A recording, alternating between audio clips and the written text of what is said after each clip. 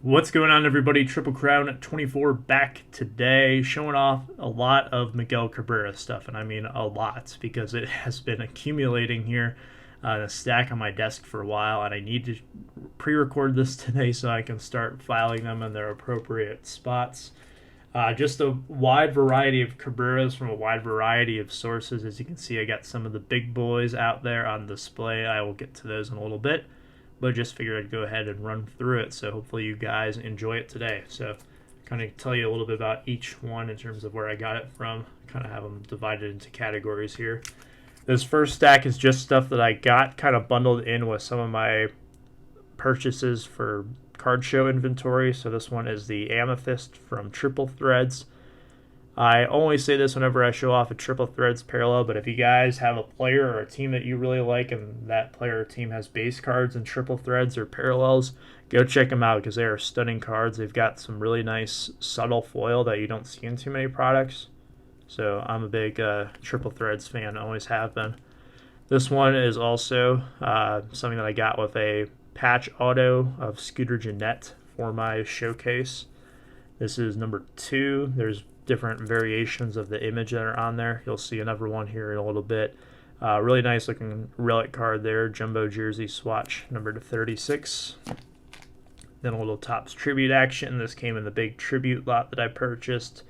Number 250 is Miggy and Castellanos dual relic. That is the purple parallel. So very nice additions. We got some Tigers Facebook group auctions. So I got a 61 K-Line All-Star card for a really good deal. The guys in the group gave me a nice little break on it to add it to my collection for the Ultimate Team set, which is down to 18 cards to go now. So very excited to keep progressing on that.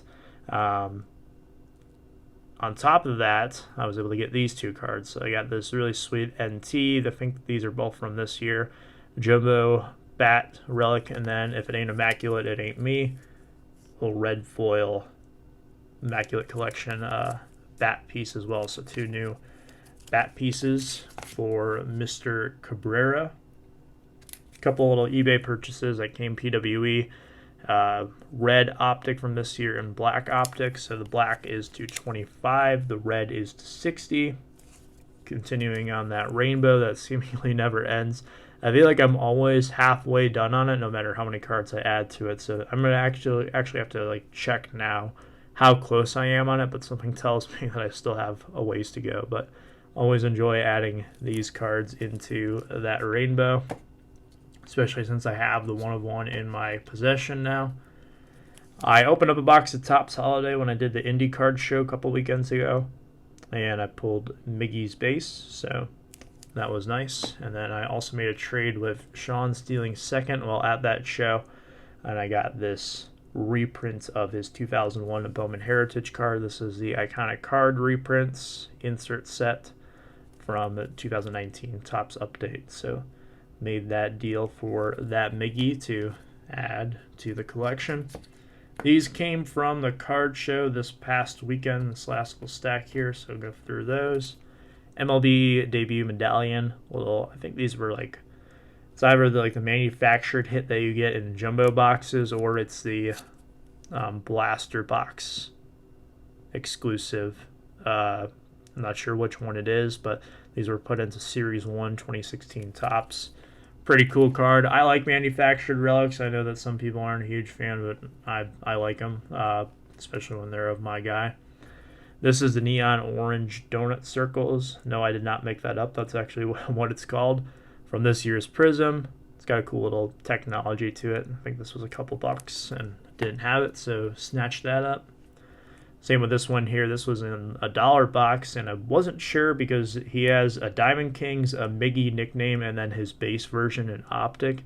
So each card has each color of the rainbow as well. So this rainbow is very difficult to build, and I really can't remember which colors I have, which variation most of the time. So if I see them for $1, worst case scenario, I just put them back in my dollar box. If I can't do anything with them in terms of adding them into my collection. So thankfully on that one I guessed correctly, and I did not have it. This one for sure I knew I didn't have. This is the red from last year's Optic Year in Review, talking about his 450th career home run. That one's numbered to 99. First parallel version of that card I have. Base Hometown Heroes, just a card I was surprised I did not already have, but picked it up because I remembered I didn't have it. So, and then I've got this commemorative patch, Jackie Robinson Day from 2017 Series 1. I think these are Blaster exclusives. Really awesome. I always love the Jackie Robinson Day commemorative patches. I think this one, I like the little kind of button thing they have right here. Looks so awesome. I'm a big fan of Jackie Robinson, so I'll always pick those up if I see them. And then I also got this one at the Fort Wayne show. It was number 236. So this is the Unity Relic. This is a different variation than the one I showed before. This came out of a box from a guy who opened up several boxes, and he had one of the most insane runs of ripping wax I have ever seen in terms of personal boxes. It was absolutely ridiculous some of the stuff he pulled. I'm recording this before I record my Fort Wayne and Columbus card show recaps, so I will be sure to mention that in there. So if you haven't seen that video, you can check that out to see a little bit more about what I was talking about. But that dude, he needs to go buy a lot of lottery tickets. He needs to play Mega Millions because his luck was off the chain. Alright, so now we move into the magnetic cards. This one was also from the card show in Fort Wayne. It's a pull-out autograph, but I'm not going to pull it out for you because it is in it's in the one touch and sleeved, so it'd be kind of hard to take out. But it's so this little mechanism here slides out. Those can be kind of fragile on some of these cards, especially this one. It's 15 years old now, hard to believe. But this is 2004 Fleer Genuine Insider. So the autograph is hidden within, numbered to 250. So pretty sweet card. New Miggy autograph to the collection. This was an eBay pickup. eBay bucks, 10% was going on. So that's usually when I jump on some of the big Cabreras. And I haven't really done too many of them lately in terms of the eBay bucks stuff, just because I've been kind of holding back due to the sales tax thing. It's usually cheaper for me to go get the Cabrera autographs at card shows because I can usually bundle them with show inventory to help kind of offset the cost of them, and I feel that's a more effective strategy. But this is just a sweet card. This is a Luminaries Home Run Kings, number 2 of 10. I've been after one of his Luminaries autos for a very long time, and yeah, just beautiful signature on card, great design. 44 home runs from his Triple Crown year in 2012, so that was a no-brainer. I was super stoked to add that in. And then these were actually 2 cards that were scouted out for me by BRoff6. A huge shout out to him for taking the time to work with the dealers for me and also paying for these cards, and then I just reimbursed him for it. So just way above and beyond. I really appreciate that. So these were acquired at the Shriner show. You can go check out his recap video if you want to see what he picked up, because he had some pretty fire pickups. A lot of guys are kind of hot in the hobby right now, so I'll have to leave a link to that down below. This is a definitive patch, really awesome patch. If you actually look up this certification, it will tell you what game it's from. I haven't done that yet.